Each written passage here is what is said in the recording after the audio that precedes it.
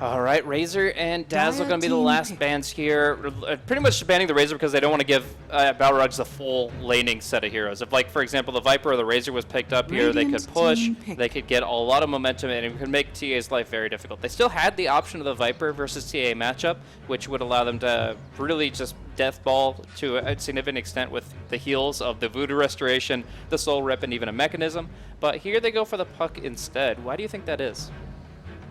I gotta say, it's really interesting, right? Because typically you're so surprised that they didn't ban out the Viper there from Shazam, right? Like, 10 it's something we just see seconds every single time this matchup occurs, especially in the 5th pick. It's one of the reasons why you might even 5 see seconds TA remaining. held on to a later point in the draft. But when you look at their squad, they've got the Call Down, they've got the Death Ward, they've got Reserve Tombstone, time. they've got the Sprout. And Sprout's like the hardest disable out of all of those, really, like coming up with a cask. So getting the Dream Coil in there, yeah, it's not a Ravage, and in the same sense it's going to stun everybody, but it's going to hold them in place. And that's going to allow you to set up these nice Death Wards, good positions on the Tombstones, maybe on a high ground, as well as, of course, the Call Down to, cherry on top of it all.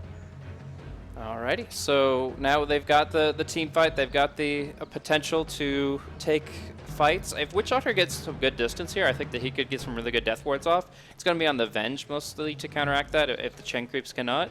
And if, again, like you said, that Dream Coil sets up so much, and if you keep your distance with the Witch Doctor, you can get some amazing damage out with that Death Ward, which could take down Refraction very quickly. I think it's a 0.22 BAT, that Death Ward, so very quickly taking down the Refraction, and doesn't get blocked by Kraken Shell. So all in all, a lot of good damage, potentially. It just is all about their abilities connecting. So Shazam will look to circumvent that, look at the early mech on the Chen, the Hand of God, to take a lot of it off the table, but in the end, they still need some momentum, and they still need a carry.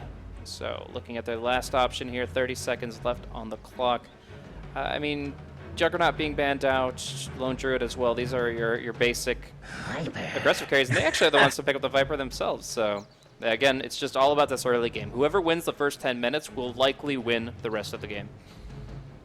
Yeah, that's interesting too, because when you're going for this Viper now, maybe he can look towards the mech, so you don't really have to worry about this question of being the Tidehunter player. Do I want to go for my Blink? Do we need it? Or do I have to like fall back and get this mechanism for my team? And of course, you also have the Chen too. So we've seen like a couple teams skip the mech on Chen. I don't think, not too often. I've seen it happen, but with this is like really interesting because you have Tidehunter, Viper, and Chen. So Chen picking up the mech, that means Blink Dagger for the Tidehunter, and then Viper can go into more of an S and Y, or I don't know, is that going to be too like similar of a role as a TA? I'm not too sure. I would say with the Blink Deso build-up that you're going to see quick punch burst damage from the TA. He can just kind of go in the back line, kill off a Witch Doctor really quickly, and those kinds of things. Whereas MSS can be, with the S and Y, still like a frontline hero that can be in your face, but still look to most likely do the prolonged damage.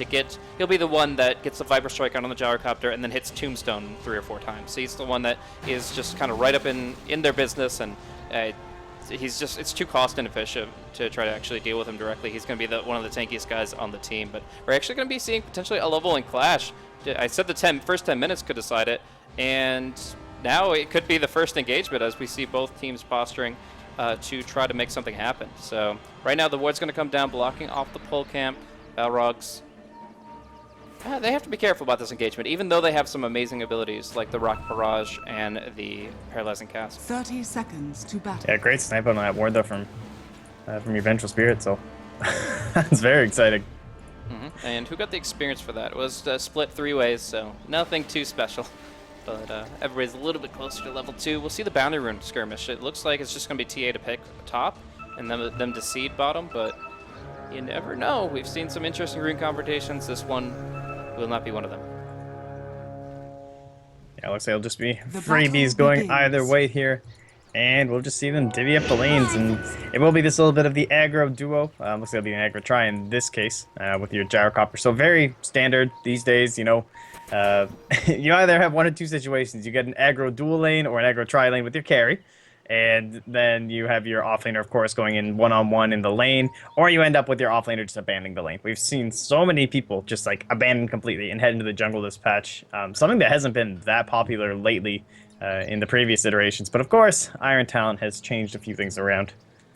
Yeah, that certainly has kind of changed the scope for a lot of heroes as far as their ability to just kind of get their own independent golden experience, and you'll see a lot less stacks just because there's that Iron Talon guy that just wants to farm them up individually, piece by piece. But right now, we're going to be, I guess we can talk about the players a little bit since there are some unfamiliar faces here. Starting with Shazam, we've got Brax going on the off-lane Tidehunter here. Shouldn't have too much difficulty in whatever matchup he faces. Honestly, there's not many heroes that can really pin him down unless he gets too aggressive. Second is going to be MSS. A lot of region taking the bottom lane. He expects some heavy confrontation from this Undying in particular.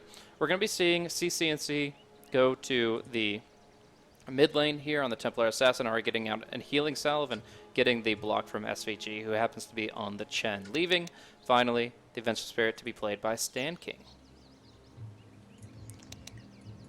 So looking over at Balrogs, they're a little bit unfamiliar, like I said, but I believe J stands for Jericho, the captain of the Balrogs. Then we've got Nightmare here on the Witch Doctor. Tornado going to be on the Puck. We'll have Benhaz on that Gyrocopter, who's currently in the off lane and looks like he doesn't have any plans of leaving it. That'll leave, of course, Sota.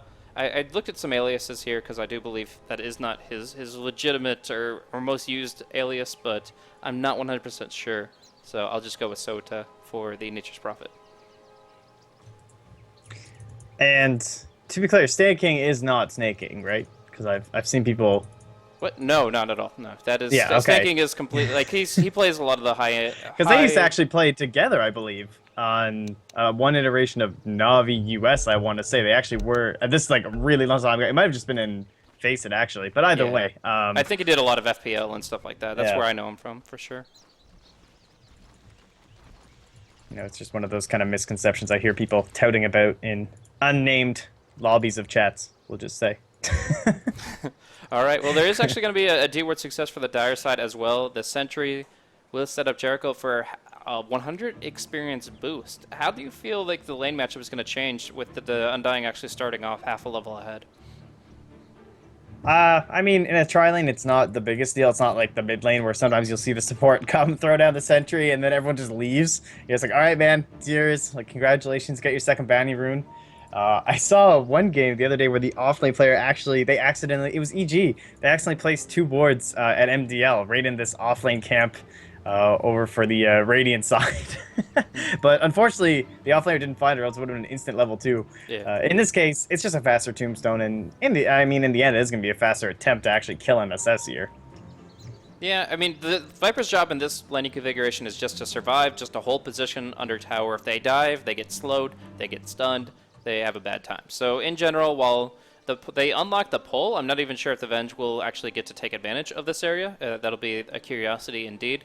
But in general, the direct confrontation is not really an option because, one, you're up against 3 amazing tri-lane heroes. The Undying, the Witch Doctor, and the Gyrocopter all bring something really good to the tri-lane. And then you also have the Nature's Prophet who can TP in at any time. So they know that they can't fully contest this lane, even if Chen gets the perfect creeps. And they're just going to have a hero that can kind of soak the bottom lane and get golden experience when it's handed to him. All right, well, I'm glad we're finally going here. Yep.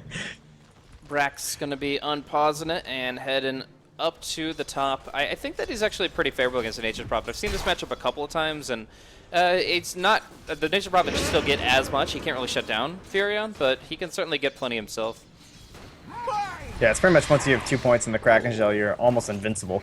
Wave of Terror level 1 coming out from Stan King. Seems deliberate, but at the same time, I got a question. The Magic Missile seems pretty valuable, especially because you could be on level 1 for a very long time. Close, but not Yeah, that is a little bit random. I'm not sure if they might have used it for scouting, or did he just skill it? I think he just skilled it and used it, but I mean, Oh, we're going to see goodness. Chen come in, do some long-range damage. Actually, might be setting up a kill. In fact, if he doesn't get healed up, this is definitely going to be a kill here. It's going to be another Shockwave coming out on the Undying. He will be dropping down, but the decay is not enough. MSS is now taking lots of damage. The cask bouncing to Stan King, back to MSS. MSS will fall, but Venge hits level 2, gets the Magic Missile, the Wave, and the Shockwave. Will set up SVG for a long-range double. Chen not even there, but gets the perfect creep spawn to get involved. I was saying, even with the ideal spawns, maybe he can't do enough to contribute to this lane, but of course Furion not able to teleport, starting the game at level 1, and then the Shockwaves. 6 massive Shockwaves coming out from the Chen creep, or at least 5, enable a just huge damage difference between these two sides. SVG really just getting the most out of this creep. Well, I mean, and how unlucky did MSS get there? There were, I think, 4 other targets within range of that cask, including the Satyr creep and 3 of their own creeps in the lane, and manages to bounce right back to the Vengeful Spirit and then back onto MSS. It's like, oh, that's so unfortunate for him as well. But in the end, you know, we end up getting a carry Venge instead. So she's now eclipsed her core Viper, and he'll be moving over to the support role now. And Stanking will be taking the reins, I guess. Move over, MSS. You buy the wards. But at this point, Benhaz still is in a very aggressive position, still has a lot of confidence. It's just they have to kind of keep in mind whenever SVG actually brings in one of his summon creeps, because that, to be honest, that the Satyr the Satyr Tormentor is one of the most OP things in the game. Like, of all the OP things, there are spirits and invokers and what have you. I actually think Satyr Tormentor is the thing that needs to be toned down the most. As soon as I read that change, I knew that it was going to be insane. And now that you have even one more camp to get it from, it's just so easy for heroes like Chen and Enchantress to start really just redefining how the early game plays out.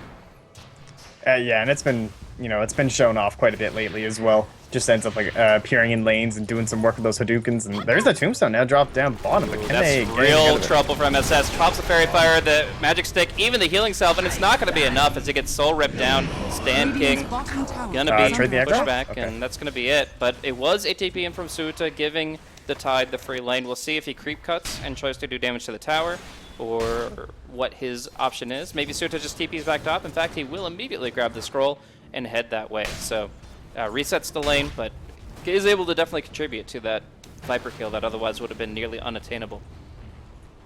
Yeah, they may be a little bit disappointed they weren't able to get Stand King there as well. The Sprout was ready to be thrown down, but couldn't quite get the angle on it. Of course, not the longest range of a spell there, and all those tangos as well. I might have just felt it wasn't even worth it. Oh, this is interesting. We're going to see the pull through for the Dire Creep Wave, but instead the ensnare into the Magic Missile. Now the War Stomp coming through on Benhaz, but the damage is already done, and Benhaz just keeps walking. He's going to be able to Healing Salve back up to full.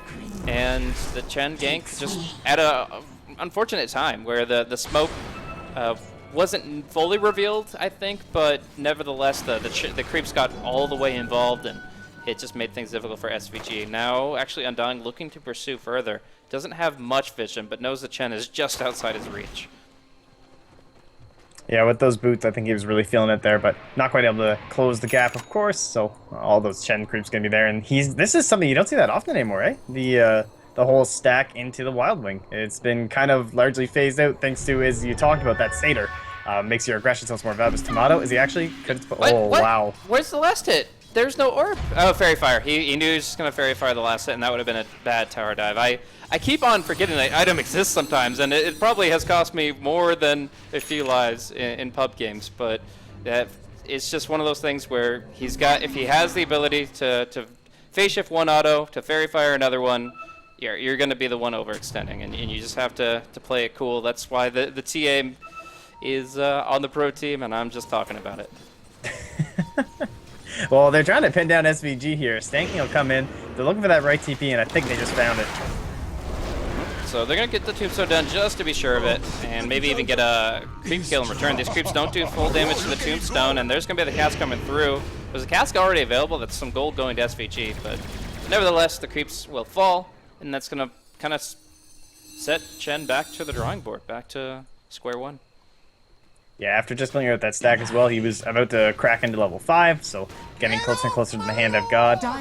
And it looks like top lane, though, the Prophet has left, kind of abandoned this little situation here. I'm not sure it was just from I think it might have been the TP. He was just out of mana, waiting on a cooldown. He's going to go farm some camps while he waits, but all this space coming to the Tidehunter. Now you have to be a little bit worried about a rotation coming in here. He's got the Arcane Boots, he's got the Ravage, and he's probably looking to get on the move. Dire's top tower is under attack. Alright, so we are going to be seeing some heavy tower pressure up top. No Gush, but with the Venge here, there is still some potential to kill off any hero that just underestimates Brax. We also, of course, are looking for Brax's potential to rotate to another lane and find that kill opportunity. Not exactly the tempo controller that you look for a lot of offlaners and their big level 6, because he can't close distance very easily, but even still, the fact that he's had this pretty much free lane, gets his arcanes and half of a blink without any contest, and now still has the option to rotate, I feel like there's some real danger in how much Brax has gotten.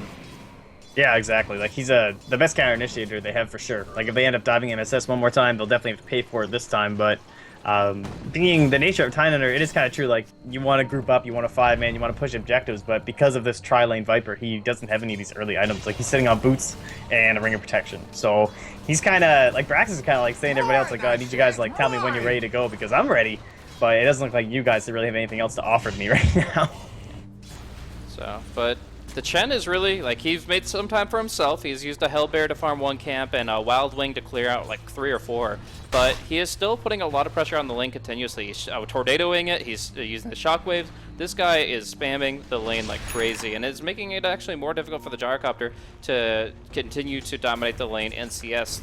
He's obviously still far ahead, but he's constantly having to reconsider his position, and it's not been as clear-cut as you would have expected from the draft. It's been a really good contribution from SVG. He's gotten all the big creeps back up again, and now he's in a good position to just hold point for the TA Ancients. Now we're going to see Chen get Hand of God off the Ancient creeps that are being killed, and of course they're confident because, like you mentioned, the Ravage counter initiation. Yeah, and this is perfect right now too because MSS, he pushes out bot, he rotates mid, he gets his own 6, so he could look into that Viper Strike if he wants to skill for a kill here. And they could even start to group up after this, depending on just, you know, what sort of item build-up CCNC can actually get from these Ancients. The Hand of God is one of those mega tools that allows the push to happen. Yeah, so now we're seeing a really good timing for all the level 6s coming out here. It seems like everybody's hitting 6 at the same time for Shazam, just about. Obviously, the solo laners had a nice advantage, and then the Avenge is still a little bit behind. But as a whole, this just means a very clear-cut Tier 1 tower for Shazam. In the meantime, Benhaz is only able to just kind of poke at the bottom one. Fearin will try to add a little bit to that, but I feel like the TP rotation power from Shazam is still there. Yeah, this is the real question here. And Brax, he's going to be the one to come down first. He's going to go to Tier 2. And he's hoping maybe that they're going to try and dive the Venge. We'll see. No 6 for her, unfortunately. Yeah, but that's fine. They still get the better end of it as SVG just goes for the TP home to safety. The creeps will hang around for a little bit longer here, but in the end, the Arbiter calls them home. The Test of Faith brings them back to the well, and Shazam are just taking the positive trades. They get the Ancient stack. They get to take advantage of the jungle. They're being more efficient. And now they can take that momentum to Tier 1 towers. They've already taken top, mid, and bottom should follow suit, and right now Balrogs are significantly behind, considering we're only 10 minutes in. Yeah, I mean, just look at that net worth grab, and your Tidehunter compared to this Gyrocopter. He came into the lane. It felt like they were, I mean, largely in control down here. Of course, he is up to 48 CS, so he is still beating out the Viper, you know, almost doubling up on him, in fact. Interesting point about the Viper is he actually didn't skill Viper Strike at level 6. I think he would have just been able to kill the Puck just now, if not for that alteration of the skill build. The Puck had Orb and Phase Shift both on cooldown. He was in range for Viper Strike, but he had already gone for a 2-2-2 build, and now is holding a skill point to see if he actually wants the ultimate for this next level. Yeah, I guess just waiting to see if... It's kind of weird because, like, it's not like you're going to skill anything else for passive firebag. You'd think he would just take it at this point, but... So Brax is going to get caught, but the Welling Blade allows him to just dance right out, and again, while they're distracting them bottom, they're taking an objective in mid. SPG's even bringing the creeps there so that if there is a fight, that they're ready for it. There is going to be enough damage to bring down this Tier 1 bottom, but at the same time, Shazam just want forward momentum. That's what they're focusing on, and that's what they're going to get. Popping the Hand of God, bringing all the creeps up despite the counter push. The Tombstone will go down, but they can kind of reset, killing off the zombies after they're outside the range. Benhaz has the call down, though. They'll kill off one Chen creep, and the others will walk away. Actually, Benhaz now in a really bad spot. He skills the Viper Strike, pops it with a 3-man Ravage. Massive damage coming out from Shazam, and there is just no hope for Balrogs in this fight. Getting back under the Tombstone, they won't be able to finish Undying just yet, but it's not over. We have the Gush, we have the hits. It's going to be a Drain Coil just to keep the Undying alive, and he still gets missiled. He still gets killed off. They take the Tier 1. They take 3 hero kills, and then, yeah, they're losing some hits on bottom, but they can just go for the Tier 2 and mid a lot faster than whatever Furion brings. Yeah, and with all these rotations and everything, we haven't had a chance to really talk about this, but we're not getting a Blink first Tide. Brax, he's not opting for that today. He's done with all this. And this is actually going to be the first ever Ags first Tidehunter. No one's donned this build. No one has completely abandoned the Blink like this or the mech. It's a, you know, history of Dota kind of situation here. Yeah, I mean, usually if you say, okay, well, the Tide isn't going to go Blink first, they'll go for the mechanism with those arcanes. But again, you've got that Chen, who's more than happy to pick it up, and that means you get some options here. Now, I know you said it's going to be the first Ags Rush for Tidehunter, but how many Aghanim Scepters have we actually seen on Tide since that got added? Let me see. I was just looking at that earlier today, actually. In total, obviously, we only just got the upgrade recently, but it's only been 6. Now, this patch, we've had a lot of instances of, like, open qualifiers to various events, so some things aren't ticketed, but in terms of, like, ticketed official matches, you're looking at only 6. Yeah, so it's very uncommon to have whatsoever. Like, you want, like, Refresher Orb on top of Aghanim Scepter. The Aghanims itself, you know, it's something. It's better than Assault Cross. That's the comparison I like to make, is an AC is going to give you that negative armor anyways. So you compare that to the Gush, which is going to give you an AoE 6 armor reduction, and it's cheaper. So you get that AoE Gush, you get that AoE Slow, you get that AoE armor reduction. The biggest problem I have with it is Gush still only lasts for the... What is that, 4-second duration? Yeah, 4 seconds. So even when you hit as many heroes as you can, it's still a 4-second debuff. But we're going to see Puck moving in, popping the Dream Coil with that Haste Rune, and with this Tombstone, Stanky should be going down, but to Creeps or to Zambies, we'll be seeing him drop. It's going to be Undying to claim the kill on the Venge, while Puck claims the kill on the Tide. So good jump in. It's going to be Balrogs getting a bit of momentum. It's their first free trade. Yeah, it's kind of surprising to see that go down after, like, what just happened in mid, but of course that's kind of the crux of this lineup, is that you're dealing with these big combo skills, and we talked about this, like, the setup of the Ravage into just leading into everyone running into this. Maybe it's a Chen creep stomp. So without him, they lose a lot here in MSS. I think he might be in trouble. Yeah, he's got some backup at long range. The Hand of God would have to be popped very quickly, but there's no mechanism, so they're going to have to try to do their best to keep him up. They will fail in this, but they will at least clean up the Gyrocopter, and I think they have the ability. No, they have no way to break through the Sprout to kill off the Nature's Prophet. So it's just going to be a 1-for-1, the Viper for the Gyrocopter, and because Balrogs need every bit of momentum they can, and because of the fact that Balrogs were able to farm out elsewhere, I actually think that does favor the Dire. Yeah, certainly. I mean, in that sort of a 1v1 scenario, you're going to have to give it to them. They're pretty much looking for any trade they can get, especially with the Ravage backup. So they'll take any fight that's not a 5-on-5 right now, I think, and they'll be pretty happy with it. Just trying to delay and allow this Nature's Prophet to get a little more up than just phase Midas. Get your Gyrocopter up into something like, maybe it'll be, yeah, it looks like it will just be fully completed drums here for him. Dire's structures are fortified. And we'll see if they can ward off this push here. Speaking of wards, obviously the Death Ward, we haven't really had a chance to see a very good one here. And the creeps are gone, and looks like the rest of Shazam will be as well. Things are about to get pretty interesting. We've got 500 gold until the Aghanim Scepter comes out on the Tidehunter. And the mechanism will be coming up on both the Chen and the Viper here in about a minute.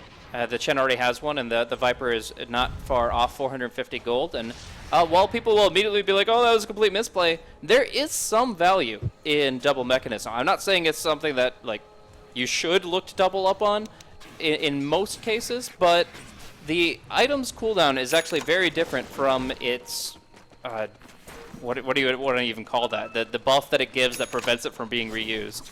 I don't know an easy way to explain that, but whatever the case, the buff only lasts for 25 seconds, the restore armor duration. So that means after 25 seconds have passed, they can mech again. And the item itself is a 65-second cooldown. So there is definitely some value in having it for an extended fight and an extended push. Yeah, well, with this push coming in from Shazam, we do have a little bit of sneaky play here. And this seems like a lot of pressure on Tomato. You know, that Blink Dagger's going to come out. He's going to get a really nice If they walk into the coil. Tide, though, this Ravage could be so easy. Gonna be able to bring it out. No, he gets silenced up in the first place. Stanking drops the stun. Brax still trying to just close in on his primary targets. Hits 2 with the Ravage. That's gonna be enough for him, as they are gonna be able to bring down the Witch Doctor very quickly. But a good cast coming out, bringing down the Venge, bringing down the Chen, and now they're gonna try to close in on MSS. The Viper is in a really bad spot here. Do they have anything to cancel? No, they'll just try to nuke him down, and that will be fruitless with the Corrosive. But the Tide was pursuing a target, and it looks like that did not succeed. Yeah, he was chasing Nightmare down into these trees, down along here, and eventually he just lost them and he just TP'd. He's like, I'm out of here, man. I'm not going to get this kill. I'm going home. All right, so now with that fight behind them, the Ravage being on cooldown, Balrogs, they're going to be looking to surge forward and push down bottom lane. The Tidehunter Gush, it's going to have to be the skill to counter push to save the day. And one thing I want to touch on from that team fight as well is how they played around the Tidehunter. Is that you'll see a lot of teams, obviously not many professional teams, but maybe in your general play, is that you start nuking down the Tide, and that's where obviously Krakenshell is going to come in. But by just silencing him and moving on to the rest of the team, that's what gave them such a better opportunity in that fight. You know, like if they had to focus on the Tide there, they probably would have completely been destroyed. And instead, Balrogs have a real shot here. That actually looks really cool. It's Godzilla just coming in. The tidal waves flood over the city, and tiny little people run screaming. But yeah, we actually have a long-range form of initiation that he can send into any engagement here. It's got a lot of potential. What do you follow this up with, though? Do you just go back for the blink now? Radiant's I don't know, top because tower is honestly, under my main attack. problem with this build is that it never seems like you have that much mana. Like, it seems to be, it's this amazing ability, and I guess you just can't really use, well, he's going to use it for farm here, but it really hurts your mana pool. Like, you don't have much regen right now, and you're in, and if you go for a Blink Dagger, that situation is not going to improve at all. That's why I kind of like it after a Force Staff or, of course, like Shiva's Guard is like the optimal, but even a Force Staff makes a pretty big difference in that case. Alrighty, so we've got... I mean, right now, at least to make up for that, you do have 2 Arcane Boots right now, and then you could get the Guardian Greaves on the Chen as well. So it's not going to be that bad when he's with his team. It's going to be when he's doing random things by himself and gushing the waves that it could definitely add up and cause him some issues here. But right now, I would say TA is just in a good position to continue to build herself up. She just picked up a Yasha, so... are we looking at a Manta style here? It's not that great against Gyrocopter. It's pretty good up against the Puck, though, I suppose, so... you know, just keeping up the melt checks, and she's just going in here on Benja. Wow. Wow, she almost gets it too. There's going to be a swap back right before the last hit was delivered. I think she was just shy on the range anyways. They're fighting under Tombstone, killing off the Undying very quickly. And just the fact that the Benhaz is having to go all the way back to base to heal up is going to give Shazam just complete control of the map. Oh, I like this too. Just head right into Roshan. Now this should, So now, the Gush should still affect Roche, right? Yeah, it'll hit him all the same. That's going to be negative 11 armor on Roche going down very quickly. Now no orb from Tomatoes. Oh, he's going to go for it. He dropped his TP. Oh, he's got the Thinking blink, about it. waiting Oh, for the he's going. timing. It's too early, and TA is going to grab it. Now he's got nothing. Oh, he's got the orb phase, the Yules. It's not going to be enough to get away because Templar Assassin follows through for the kill. She claims the life he wished to steal and the life of the Puck himself. Yeah, cheeky little play. It's so difficult to get that right because you can't use the orb for the vision or else you have no chance of escape. So you just have to hope they don't pick it up quite fast enough. And they were ready, you know.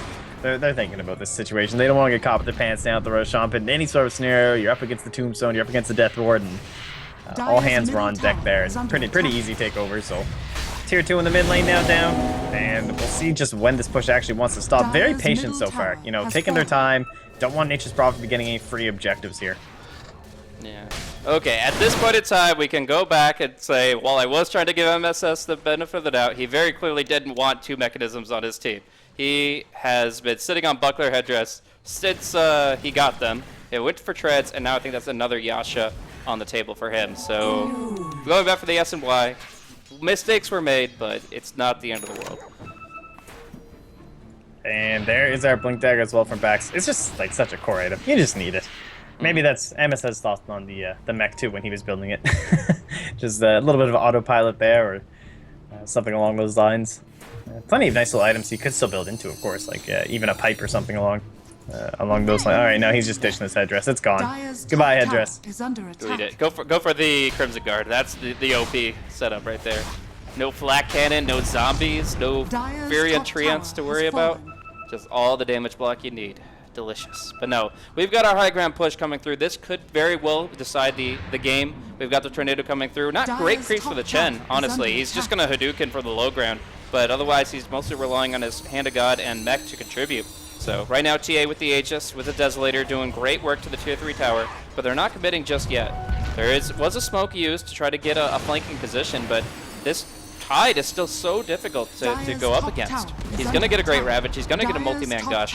What can you do? We're going to see the range rack start to fall. We'll look at buybacks. Gyrocopter and Furion have them, and we'll probably have to use them as we see the Gush come out. A big nuke onto the Undying, and he won't be able to really do anything with this Flesh Golem. They'll go ahead, quickly take down the Tombstone. A Dream Coil was whipped as well, and they're just going to go ahead and finish off this top lane. Puck, desperation mode, jumps in, takes a lot of damage, and jaunts back out. But at this point, GA fearlessly goes right in towards the fountain, right into the gaping ball of hell. He'll just fight it with a refraction, and that will be the top lane gone.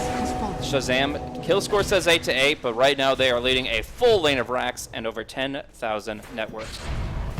And Brax is playing this perfectly, you know? He's holding on to the Ravage, he's waiting for his good opportunities, and it's not allowing any sort of a counterplay here from Tomato. Like, you saw that Dream Quill he just threw down from the high ground, hoping to combo it up with the Tombstone, maybe hoping Benjaz is going to throw down the Call Down, going to throw with the Death Ward, and they just can't find the positioning. As long as that Ravage is up, you can't get those combos going. They're going to go in without even purchasing items on TA. Doesn't need Manta, doesn't need SNY, just goes in to the base with 5,200 gold.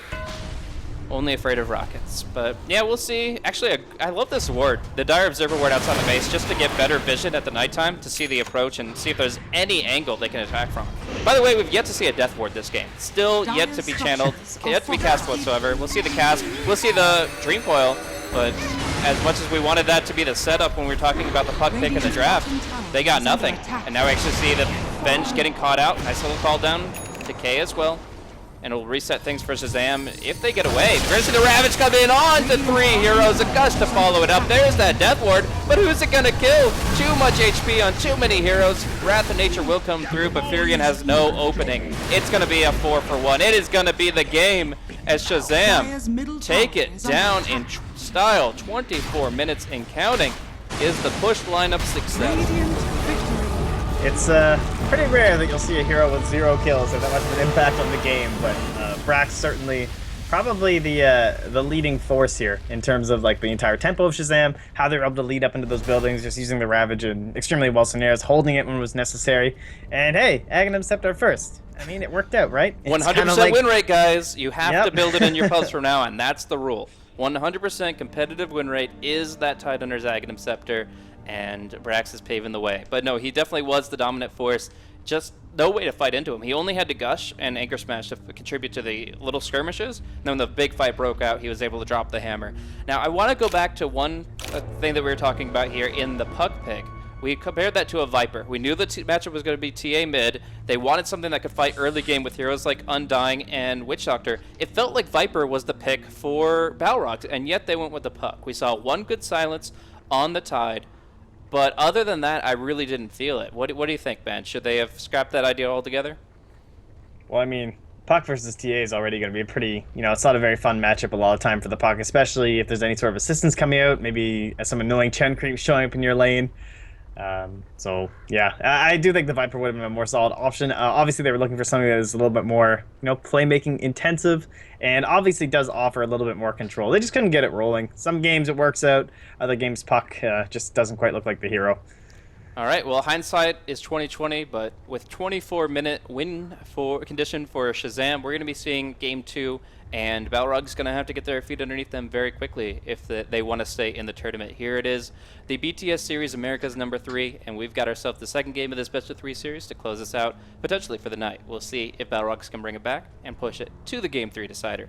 Once again, thank you guys so much for tuning in. I myself am Blaze. You can follow me over at Blaze Casting, and of course, last minute, my wonderful co-caster / statsman, all in one package. It's going to be MotPax. Follow him at MotPax, and we will see you guys in just a few minutes for game number 2.